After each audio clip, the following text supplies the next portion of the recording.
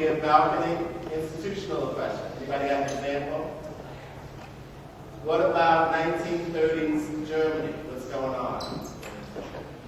What's happening in 1930s Germany?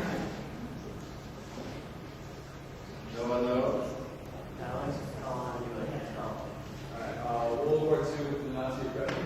Okay, right. The Nazi government is being an oppressive force. What's happening in the 1950s in this country? What's that? What's going on at this time in the 1950s? We have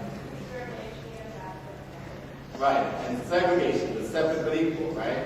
What about, to take it out of this country again, South Africa in the 1990s? What's going on in South Africa in the 1990s? What system do they have in place that Nelson Mandela wrote after the 90s?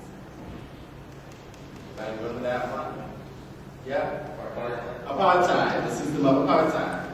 So we know clear examples of institutional oppression, and it's supported by governments, laws, policies, corporations, big groups that have power that dominate other groups that don't have power, and it's all based on this stuff that comes from it.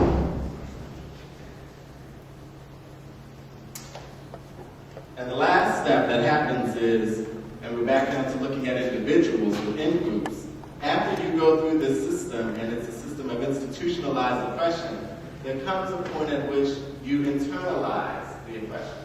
And so you begin to say, maybe through steps 1, 2, and 3, oh, well, you know, it's just that Nick doesn't like me, or Katrina doesn't like me, right? But then after it happens over and over and over and over again, which is what it means to be systemic, then you start to think the only constant in each of these scenarios is me. And so the fault must lie with me. Something must be wrong with me. Or, on the other side, if you're getting unfair advantages, I must just simply be better than everybody else, because look at all that is happening to me.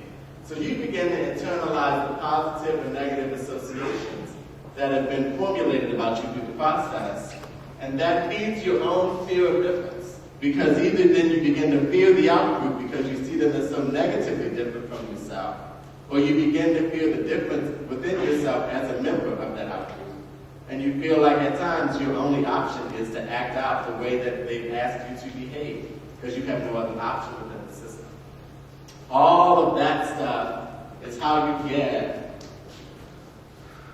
what we call the isms. How you take race and make racism, how you take sex and make sexism, how you take class and money issues and turn them into classism.